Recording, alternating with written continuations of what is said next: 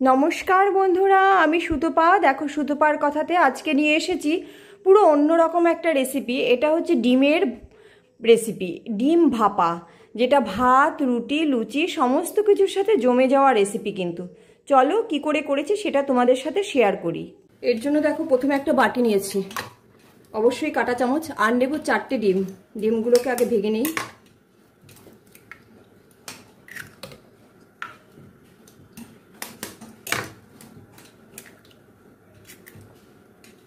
এই যে 4টে ডিম ভাঙা হয়ে গেছে, এর মধ্যে আমি দিয়ে দেব পরিমাণ মতন লবণ,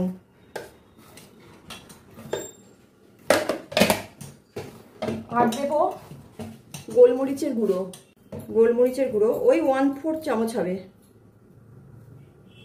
ওই ছোটো যে চা চামচগুলো, তার ওই 4/1 ভাগ। আর এই যে দেখো, আমি লঙ্কা, পরিমাণ মতো, লঙ্কাটাও হচ্ছে যার যার পরিমাণে দিতে হবে। আর দেবো, এটা কিন্তু বড় টেবিল চামচ, এই চামচের যেহেতু 4টে ডিম, আমি 4টে পেঁয়াজ, এই 2 চামচ পেঁয়াজ, 4 চামচ পেঁয়াজ দেব, বড় টেবিল চামচ এটা। ব্যাস এইটুকু, আর কিছু না।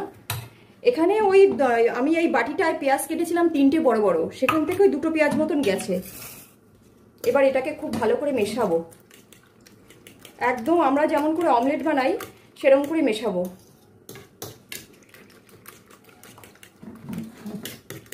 এটা রেডি হয়ে গেছে।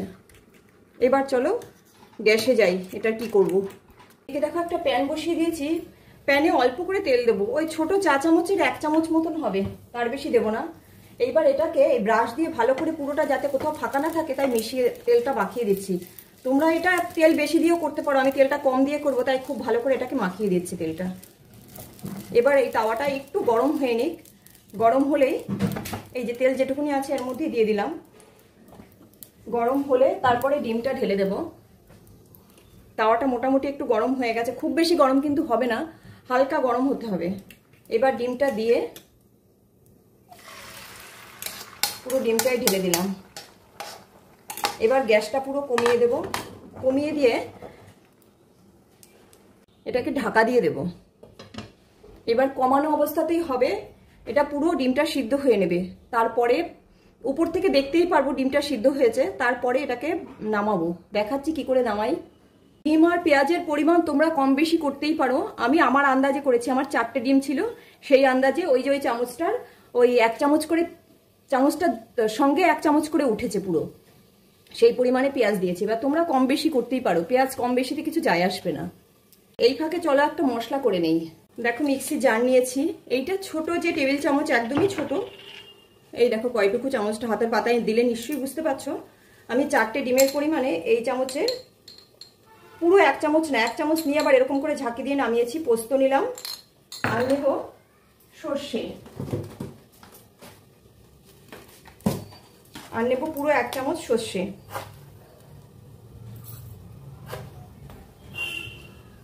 পোস্তর থেকে সর্ষে সামান্য একটু পরিমাণে বেশি দিলাম। আর দেবো একটু চাল মগজ, ওই পোস্তর সমানই হবে চাল মগজটা, ওই 1 চামচের। এই যে পেস্ট করবো, তার জন্য আমি আগে শুকনো ঘুরিয়ে নিই, তারপরে পেস্ট করবো জল দিয়ে। এই ফাঁকে দেখো ডিমটা কিন্তু হয়ে গেছে, এই দেখো। এইবার এটাকে উল্টে দেব। উল্টানোর জন্য আবার সেই একই পদ্ধতি,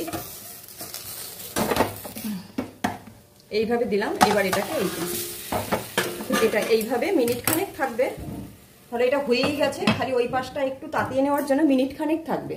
দেখো ডিমটা হয়ে গেছে, আমি গ্যাস অফ করে দিয়েছি, এটা এই অবস্থায় থাক। এদিকে দেখো আমি পেস্ট করে নিয়ে এসেছি, কত সুন্দর পেস্ট হয়ে গেছে, সর্ষে পোস্ত চালমগজ। এইবার ওটাকে নামাবো।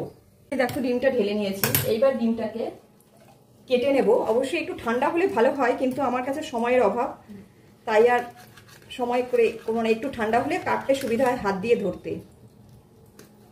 এই কাটার পিসটাও যার যার মতন হবে, তবে একটু ছোট পিস হলে ভালো হয়, কারণ যেহেতু ডিম ভাপা করবো, ভাপা পিস একটু ছোট ছোট হলে না খেতে ভালো লাগবে। তোমরা তোমাদের মতন পিস করে নিতে পারবে। আমি ডিমে হাতই দিতে পারছি না, এত গরম। ওই যে বললাম সময়ের অভাব।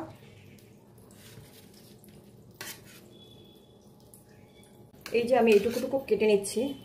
তবে অবশ্যই কিন্তু গোলমরিচ দেবে, অনেকে গোলমরিচটা দিতে চায় না। ডিমের সাথে গোলমরিচের যে কম্বিনেশন সেটা কিন্তু দুর্দান্ত লাগে। গোলমরিচটা অবশ্যই দেবে, একটু কম দিতে পারো গোলমরিচ পছন্দ না হলে, কিন্তু গোলমরিচটা অবশ্যই দেবে। গোলমরিচের সাথে ডিমের একটা আলাদা কি বলবো, যেটা খেতে অদ্ভুতই লাগে, খুবই ভালো লাগে। এই যে আমার দেখো মোটামুটি সবগুলোই কাটা হয়ে গেল।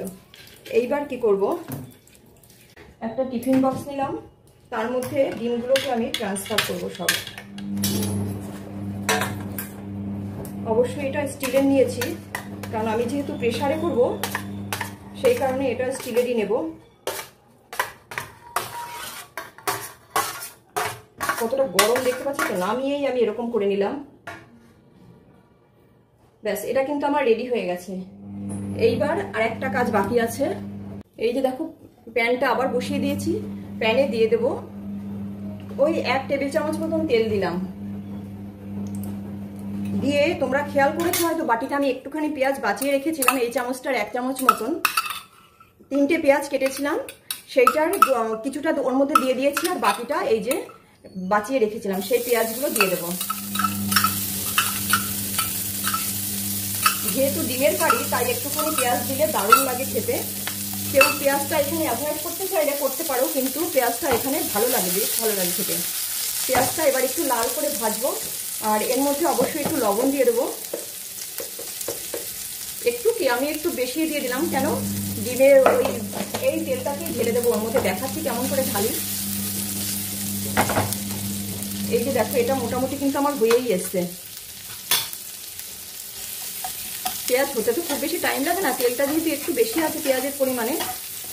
এবার এটাকে আমি গ্যাসটা অফ করে দিই, অফ করে দিয়ে এই গরম তেলে থেকেই এটা হয়ে যাবে। কিন্তু গ্যাস অফ করে দিয়েছি। এবার ওই টিফিন বক্সটা আগে ডিমটার কি পরিস্থিতি করি সেটা তোমাদের সাথে আগে শেয়ার করি। এই যে দেখো এবার এটার মধ্যে এই যে সর্ষে পোস্ত চালমগজ এটা দিয়ে দেব। এবার জার ধোয়া জল দেব, জার ধোয়া জল। একটু ভাপাতে একটুখানি কারি লাগবে, হালকা একটু লাগবে। এবার সেই কারণে আমি একটু জলটা পরিমাণে বেশিই দিলাম, কারণ এই ডিমের পিসগুলো ঝোল দেখবে কিছুটা টেনে নেবে, ঝোল কিন্তু এরকম থাকবে না। ডিমের পিসগুলো কিন্তু বেশ বড় বড় হবে এবং অদ্ভুত লাগে খেতে, সেই জন্যই বললাম আমি একটু বেশিই দিলাম। ব্যাস এতটাই থাকবে। এইবার কি করবো, এই যে পেঁয়াজটা ভেজে রেখেছি তেল শুদ্ধ, সেইটা পুরোটা দিয়ে দেবো। সেটা উপর থেকে পুরোটার মধ্যে ঢেলে দিলাম। আর এইটার মধ্যে অল্প একটু জল দিয়ে, এই যেহেতু এটা ঠান্ডাই হয়ে গেছে, দিয়ে দিলাম, তেলটা পুরো চলে গেল। এইবার এই উপর থেকে এই এটা তো ছোট টেবিল চামচ, এর থেকে এই 1.5 চামচ মতন তেল দেবো, তাহলে বড় টেবিল চামচের 1 চামচ হয়ে যাবে। আর দেবো আর একটু জিনিস বাকি আছে। এই যে কাঁচা লঙ্কা যে যার পরিমাণ মতন দেবে। কাঁচা লঙ্কা দেওয়াটাও দেখো এই উপরটা চিরবো, পুরোটা চিরবো না, কষিয়ে দেবো এরকম করে। ডিমের মধ্যে কাঁচা লঙ্কা দেওয়া আছে সেই কারণে এইখানে এরকম ভাবে দেব। এবার যে যেটা যতটা চাইবে দেবে। এটা রেডি হয়ে গেছে, এটা এবার আটকে দেবো, চামচ দিয়ে একটু নাড়া নিয়ে এটাকে এবার আটকে দেবো। আটকে দিয়ে দেখো কি করি। দেখো প্রেসার নিয়েছি, প্রেসারে অল্প করে জল দিয়েছি। এইবার এটার মধ্যে আমি এটা বসিয়ে দেব, বসিয়ে দিয়ে প্রেসারটা আটকে দেবো। বাটারা সিটি নিয়ে আসি, আটকে দিয়ে একটা সিটি মারবো, তারপরে হাওয়াটা বসতে দেব। এই যে দেখো খুলেছি, কেমন হয়েছে দেখতে। দেখতে যেমন হয়েছে খেতে ঠিক ততটা, ওই যে বললাম ওগুলো রস টেনে নেবে। এই দেখো কতটা মোটা মোটা হয়ে গেছে। খেতে মানে কি বলবো, না করে খেলে বুঝবে না, ডিম ভাপা অদ্ভুত লাগে খেতে। আর যদি লবণ তোমাদের ঠিকঠাক না হয় এখন একটুখানি দিয়ে নিতে পারো, তবে আমার একদম ঠিকঠাক পুরো মেপে আমি দিয়েছিলাম, একদম ঠিকঠাক, দুর্দান্ত লাগে খেতে। ব্যাস সবাই ট্রাই করো আর আমাকে কমেন্টস করে জানিও কেমন হয়েছে রেসিপিটা। আর কি, সবাই ভালো থেকো, টাটা বাই বাই। আবার দেখা হচ্ছে কালকে পরবর্তী রেসিপিতে। এটা একদম কিছু বলার নেই, আমার তো আজকে দুর্দান্ত গরম ভাতে পুরো আর কিছু লাগবে না, এই দিয়েই জমে যাবে। আজকে এই অবধিই থাক।